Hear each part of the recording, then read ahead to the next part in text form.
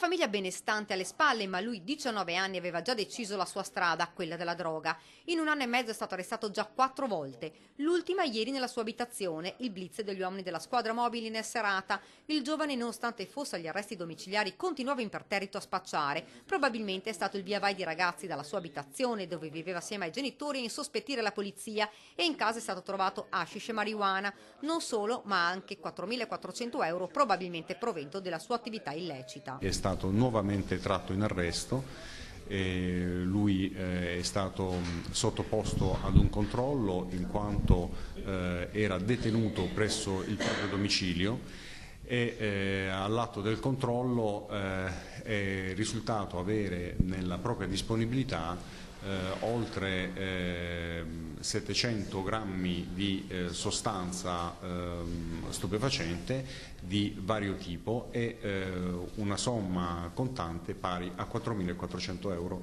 verosimilmente frutto della propria attività di spaccio di stupefacenti. Il ragazzo è stato arrestato anche lo scorso luglio sulla Treviso Mare assieme ad un amico che proprio il giorno dopo doveva sostenere l'esame di maturità, e forse fra i clienti del 19enne di Ponzano che ha studiato a Treviso anche alcuni studenti. Ma il provvedimento del giudice non lo aveva scoraggiato e aveva continuato così a spacciare. Nonostante gli arresti domiciliari lui continuava a spacciare a casa.